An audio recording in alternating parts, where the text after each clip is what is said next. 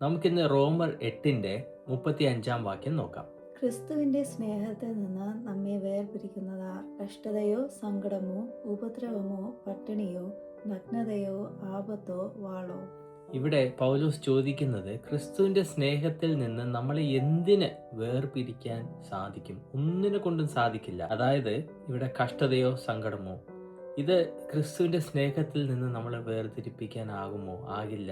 ഇവിടെ നമ്മൾ മനസ്സിലാക്കേണ്ടത് കഷ്ടത, സങ്കടം, ഉപദ്രവം, പട്ടിണി, നഗ്നത, ആപത്ത്, വാളെന്ന് പറയുന്നത് ദ്രോഹം അല്ലെങ്കിൽ ഉപദ്രവം അല്ലെങ്കിൽ ശത്രുവിന്റെ ആക്രമണം, ഇങ്ങനെയൊക്കെ നമുക്ക് ആലോചിക്കാം. അപ്പൊ ഈ പറഞ്ഞതൊന്നും ദൈവം നമുക്ക് തരുന്നതല്ല.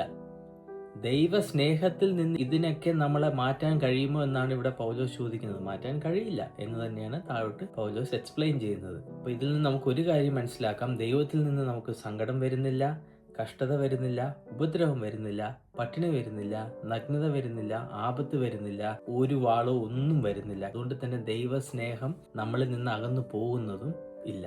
ഇത് നമ്മൾ മനസ്സിലാക്കേണ്ട ഒരു സത്യമാണ്. എന്തൊക്കെ ഈ ലോകത്തുണ്ടെങ്കിലും താഴോട്ട് നമ്മൾ വീണ്ടും വായിക്കുകയാണെങ്കിൽ ദൂതന്മാർക്കോ വാഴ്ചകൾക്കോ അധികാരത്തിനോ മരണത്തിനും പോലും നമ്മളെ ദൈവസ്നേഹത്തിൽ നിന്ന് വേർപിരിക്കാനാവില്ല.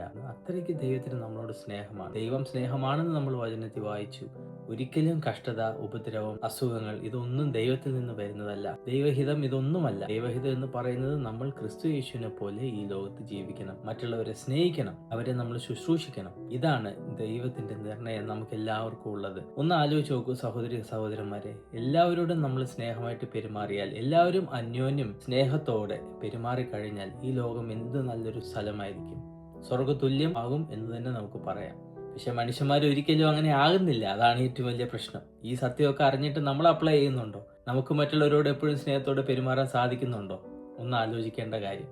അപ്പോൾ ഇത് ഓർക്കുക, നമ്മൾ എന്തൊക്കെ ചെയ്താലും ചെയ്തില്ലെങ്കിലും, എന്തൊക്കെ പ്രശ്നങ്ങൾ നമ്മുടെ ജീവിതത്തിൽ വന്നാലും വന്നില്ലെങ്കിലും, ദൈവം കൊണ്ടുവരുന്നതല്ല ഒന്നും, ദൈവം കാരണം വരുന്ന പ്രശ്നങ്ങളുമല്ല. പക്ഷേ ദൈവത്തിന് നമ്മോടുള്ള സ്നേഹം ഒരിക്കലും ഉതിർന്നു പോവുകയില്ല, ഒരിക്കലും അത് നിൽക്കുകയില്ല. അപ്പോൾ അടുത്ത വീഡിയോയിൽ കാണാം. ബൈ.